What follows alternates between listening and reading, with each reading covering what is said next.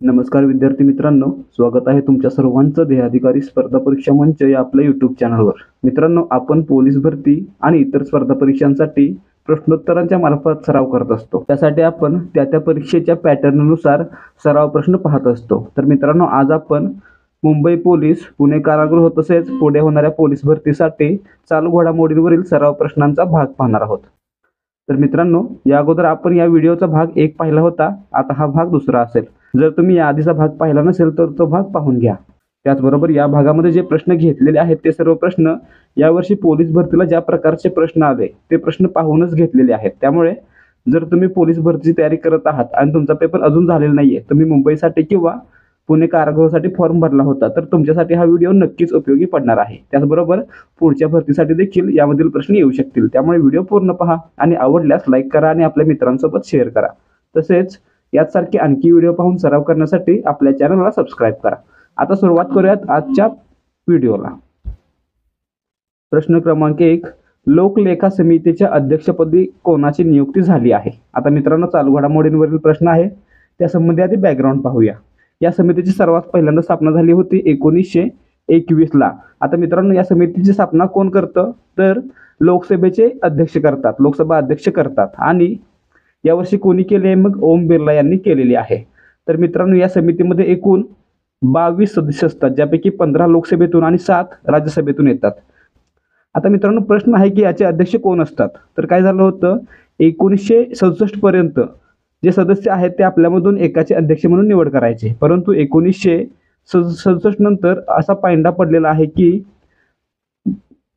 प्रत्येक वर्षी लोकलेखा समितीचे अध्यक्ष असतील ते लोकसभेचे विरोधी पक्ष नेते असतील. आणि यावर्षी कोण आहेत? मग के.सी. वेणुगोपाल आहेत. म्हणजे आपले सध्याचे लोकलेखा समितीचे अध्यक्ष कोण आहेत? के.सी. वेणुगोपाल. ठीक आहे. पर्याय 3. काय काय पाहिलं? स्थापना कोणी केली? सर्वात पहिल्यांदा कधी झाली? सदस्य किती असतात? सदस्य राज्यसभेमधून किती असतात? लोकसभेमधून किती असतात? ठीक आहे. प्रश्न क्रमांक 2, महाराष्ट्रातील कोणत्या गावाला राज्यातील पहिले सौरग्राम म्हणून घोषित करण्यात आले आहे?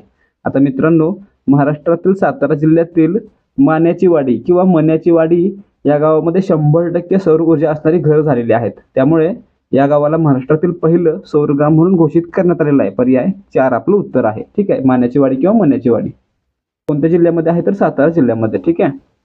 प्रश्न क्रमांक 3, सध्या कर्नाटक राज्याचे मुख्यमंत्री कोण आहेत? आता मित्रांनो, कर्नाटकचे सध्याचे मुख्यमंत्री कोण आहेत? तर सिद्धरामय्या हे आहेत. म्हणजे पर्याय 2 आपलं उत्तर आहे. हे कोणत्या पक्षाचे आहेत असा प्रश्न येऊ शकतो. तर काय सांगणार, हे कोणत्या पक्षाचे आहेत? तर हे भारतीय राष्ट्रीय काँग्रेसचे आहेत. म्हणजेच कर्नाटकमध्ये सत्ता कोणत्या पक्षाची आहे? तर काँग्रेसची आहे. ठीक आहे. प्रश्न क्रमांक 4, जनाई पौर्णिमा हा सण कोणत्या ठिकाणी साजरा केला जातो? आता मित्रांनो, आपल्याकडे ज्याप्रमाणे रक्षाबंधन असतं, राखी बांधण्याचा कार्यक्रम किंवा राखी बांधण्याचा सण, तर त्याचप्रमाणे नेपाळमध्ये जनाई पौर्णिमा नावाने रक्षाबंधन हा सण साजरा केला जातो. ठीक आहे. म्हणजे पर्याय 3 आपलं उत्तर आहे. प्रश्न क्रमांक 5, पॉल कागामे कोणत्या देशाचे सलग 4थ्यांदा अध्यक्ष बनलेले आहेत? आता मित्रांनो, पॉल कागामे हे सलग 4थ्यांदा रवांडा या देशाचे अध्यक्ष बनलेले आहेत. हे वर्ष 2000 पासून रवांडाचे अध्यक्ष आहेत आणि सलग 4थ्यांदा हे पुन्हा अध्यक्ष बनलेले आहेत. तर मित्रांनो, रवांडा हा देश कोणत्या खंडामध्ये मोडतो? तर मित्रांनो, हा आफ्रिका खंडातील देश आहे. ठीक आहे. प्रश्न क्रमांक 6, भारतात कोणता दिवस पहिला राष्ट्रीय अंतराळ दिवस म्हणून साजरा केला गेला? आता मित्रांनो, 2023 ला 23 ऑगस्ट रोजी भारताचं जे चंद्रयान 3 आहे त्याचं लँडर चंद्रावर उतरलेलं होतं. आणि या दिवसालाच 2024 मध्ये आपण भारतातील पहिला अंतराळ दिवस म्हणून साजरं केलं. म्हणजे पर्याय 2 आपलं उत्तर आहे. ठीक आहे. तर मित्रांनो, कमेंट करून सांगा, ज्या ठिकाणी चंद्रयान 3 उतरलं त्या ठिकाणाला कोणतं नाव देण्यात आलेलं आहे? त्याचबरोबर विद्यार्थी मित्रांनो, तुमच्या सर्वांचा दररोज सराव व्हावा, त्याचबरोबर सर्व प्रश्न तुमच्या हाताखालून जावेत, यासाठी आपल्या टेलिग्राम चॅनलवर दररोज किमान 50 ते जास्तीत जास्त 100 प्रश्नांची सराव क्विज टाकली जाते. ज्या क्विजच्या मार्फत तुम्ही पुढे होणाऱ्या पोलीस भरतीसाठी अत्यंत चांगल्या प्रकारे तयारी करू शकता. त्यामुळे जर तुम्हाला सराव प्रश्न दररोज सोडवायचे आहेत तर आपलं टेलिग्राम चॅनल जॉईन करा. टेलिग्राम चॅनलची लिंक आपल्या व्हिडिओच्या डिस्क्रिप्शनमध्ये देण्यात आलेली आहे. प्रश्न क्रमांक 7, महादेव मोरे हे नाव कोणत्या क्षेत्राशी संबंधित आहे? मित्रांनो, महादेव मोरे हे काय आहेत? तर एक साहित्यिक होते, एक लेखक होते, ज्यांचं वयाच्या 86व्या वर्षी ऑगस्ट महिन्यामध्ये निधन झालेलं आहे. ठीक आहे, म्हणजे आपलं उत्तर काय? पर्याय एक साहित्य. तर मित्रांनो यांच्यावर प्रश्न काय येईल? कारण गेल्या 40 वर्षापासून ते पिठाची गिरण चालवत होते. ठीक आहे, 40 वर्षापासून पिठाची गिरण चालवत होते आणि एवढ्यातून त्यांनी जवळजवळ 16 कथासंग्रह, कादंबऱ्या आणि 4 ललित लेख संग्रह प्रसिद्ध केलेले आहेत. ठीक आहे, आणि त्यांनी तंबाखू आंदोलनावर लिहिलेला झोंबड हा कथासंग्रह गाजलेला आहे. ठीक आहे, प्रश्न येऊ शकतो की झोंबड हा कथासंग्रह कोणाचा? तर महादेव मोरे. ठीक आहे. प्रश्न क्रमांक 8, ICC T20 विश्वचषक 2024 कोणत्या ठिकाणी खेळला गेला? आता मित्रांनो 2024 ची T20 स्पर्धा हा वर्ल्ड कप होता, तो वेस्ट इंडिज आणि अमेरिका या 2 देशांमध्ये खेळला गेला होता. म्हणजे पर्याय 3 आपलं उत्तर आहे, वेस्ट इंडिज, कारण पर्यायामध्ये अमेरिका नाहीये. अमेरिका असं तर अमेरिका. तर या स्पर्धेच्या फायनलला कोणते 2 देश होते? भारत आणि दक्षिण आफ्रिका. विजेता कोण? भारत. ठीक आहे. मॅन ऑफ द मॅच कोण झाला फायनलमध्ये? विराट कोहली. आणि मॅन ऑफ द सिरीज कोण झाला? जसप्रीत बुमराह. ठीक आहे. प्रश्न क्रमांक 9, भारताचे 19वे लष्कर प्रमुख सुंदरराजन पद्मनाभम यांचे निधन झाले. ते कोणत्या टोपणनावाने ओळखले जात होते? आता मित्रांनो त्यांचं आडनाव काय होतं? पद्मनाभम होतं, आणि त्यांच्या या पद्मनाभम आडनावामुळे त्यांना पॅडी या नावाने ओळखलं जायचं. म्हणजे आपलं उत्तर काय? पर्याय 2 पॅडी. प्रश्न क्रमांक 10, पॅरिस ऑलिम्पिक 2024च्या समारोप सोहळ्यात खालीलपैकी कोण भारताचे ध्वजवाहक होते? आता मित्रांनो पॅरिस ऑलिम्पिक स्पर्धा पार पडलेली आहे. कुठे? फ्रान्समधील पॅरिस या ठिकाणी. तर मित्रांनो या ठिकाणी विचारलेलं आहे की समारोप सोहळ्यामध्ये ध्वजवाहक कोण होते? तर मित्रांनो प्रश्न काय काय येतील? तर समारंभ सोहळ्यामध्ये कोण होते आणि समारोप सोहळ्यामध्ये कोण होते? समारंभ म्हणजे ज्यावेळी स्पर्धा सुरू झाली त्यावेळी एक मार्च असतो, त्यामध्ये कोण ध्वजवाहक होते? आणि ज्यावेळी स्पर्धा संपली त्यावेळी ध्वजवाहक असतात, त्यावेळी कोण होते? असा प्रश्न आहे.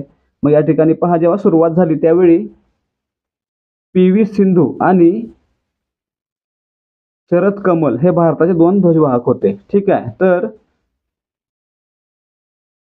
ज्यावेळी ती स्पर्धा संपली त्यावेळी त्या मार्चमध्ये भारताकडून मनू भाकर आणि PR श्रीजेश हे दोघे ध्वजवाहक होते. म्हणजे पर्याय 4 आपलं उत्तर आहे. जर विचारलं की समारंभ सोहळ्यामध्ये कोण होते, तर PV सिंधू आणि शरद कमल होते. त्याचप्रकारे पॅराऑलिम्पिक्सवर प्रश्न येणार आहे, त्याचा प्रश्न आपण पुढच्या भागामध्ये पाहू. विद्यार्थी मित्रांनो, ज्याप्रमाणे आपण पोलीस भरतीचे प्रश्न पाहत आहोत त्याच प्रकारचं स्पष्टीकरण आणि त्याच प्रकारचे प्रश्न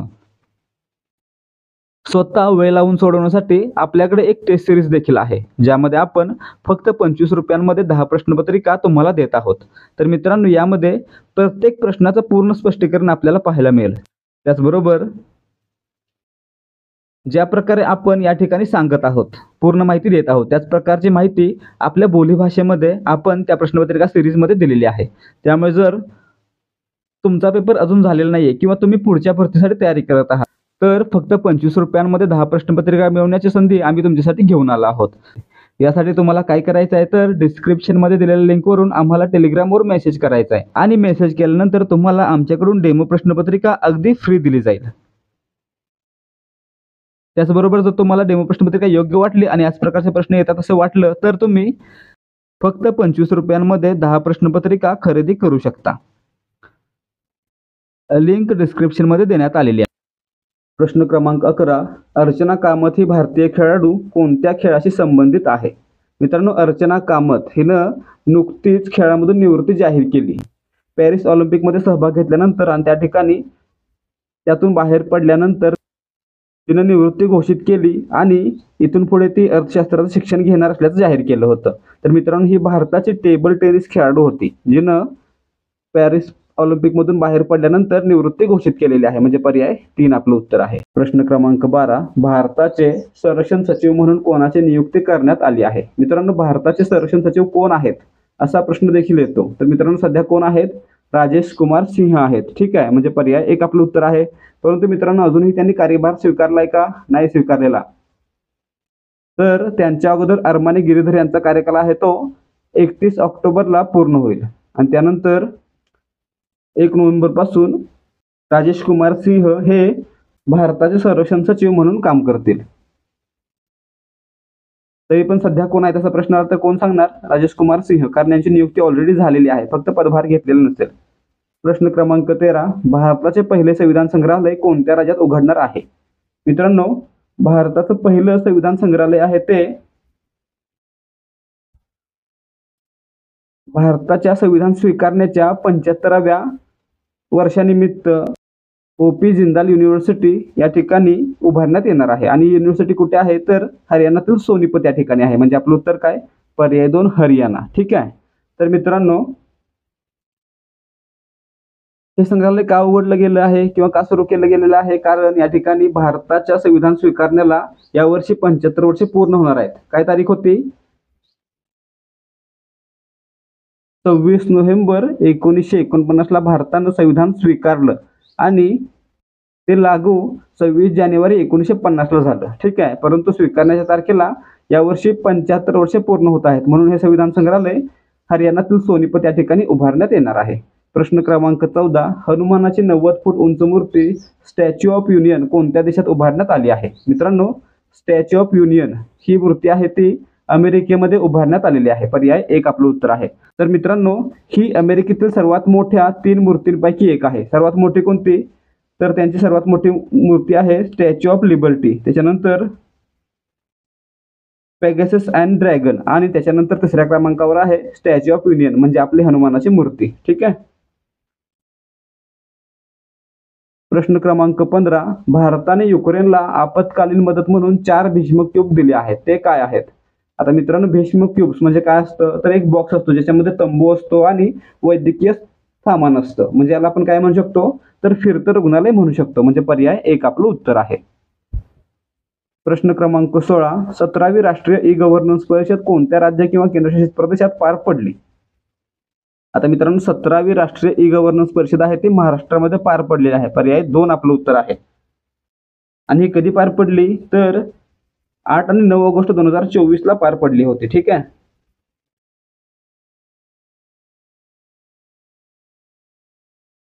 आणि असा प्रश्न येऊ शकतो की ही परिषद कोणाद्वारे आयोजित करण्यात आली होती? तर मित्रांनो, ही केंद्रीय इलेक्ट्रॉनिक्स आणि माहिती तंत्रज्ञान मंत्रालय आणि महाराष्ट्र सरकार यांनी एकत्र मिळून भरवली होती. ठीक आहे, किंवा आयोजित केली होती.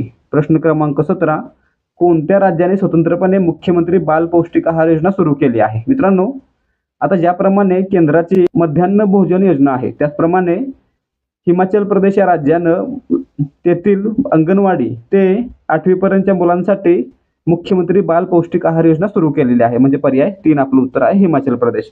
प्रश्न येऊ शकतो की हिमाचल प्रदेशची राजधानी कोणती आहे आणि त्याचे मुख्यमंत्री कोण आहेत? तर त्याविषयी अभ्यास करून ठेवा किंवा कमेंटमध्ये सांगा. प्रश्न क्रमांक 18, सी.ॲट क्रिकेट पुरस्कार 2024 मध्ये कोणाला वर्षातील सर्वोत्कृष्ट खेळाडू म्हणून गौरवण्यात आले? आता मित्रांनो, सी.ॲट क्रिकेट पुरस्कार 2024 यामध्ये सर्वश्रेष्ठ खेळाडू म्हणून रोहित शर्मा याला गौरवण्यात आलं होतं. म्हणजे पर्याय 3 आपलं उत्तर आहे. तर ठीक आहे. तर मित्रांनो,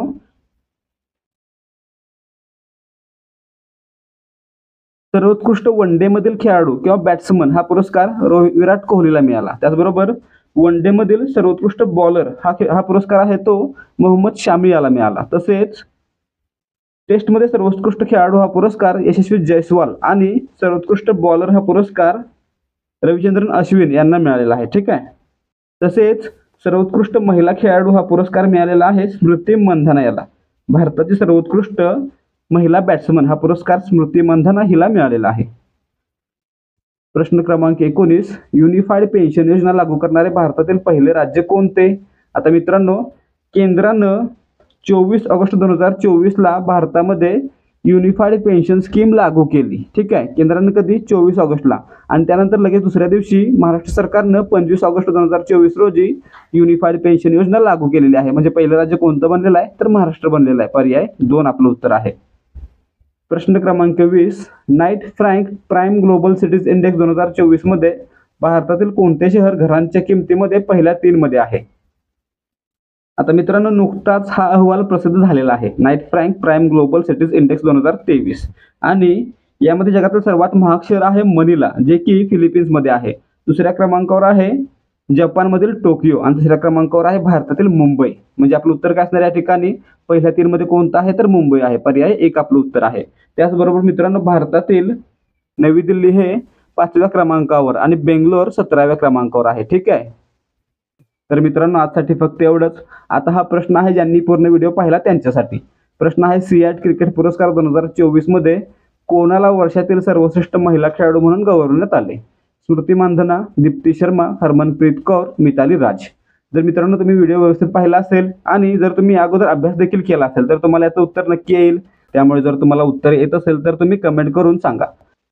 तर मित्रांनो आजसाठी फक्त एवढंच. जर तुम्हाला आजचा व्हिडिओ आवडला असेल तर व्हिडिओला लाईक करा आणि आपले जे कोणी मित्रमैत्रिणी मुंबई पोलीस, पुणे कारागृह किंवा पुढे होणाऱ्या भरतीसाठी तयारी करत आहेत त्यांच्यासोबत देखील हा व्हिडिओ शेअर करा आणि शेअर नक्की करा. त्याचबरोबर याच प्रकारचे आणखी व्हिडिओ पाहून सराव करण्यासाठी आपल्या चॅनलला सबस्क्राईब करा. तसेच आपल्या चॅनलवर अपलोड करण्यात येणारे व्हिडिओ आणि इतर माहिती तुमच्यापर्यंत वेळेवर पोहोचावी यासाठी बेल आयकॉनवर क्लिक करा आणि ऑलवर सेट करा.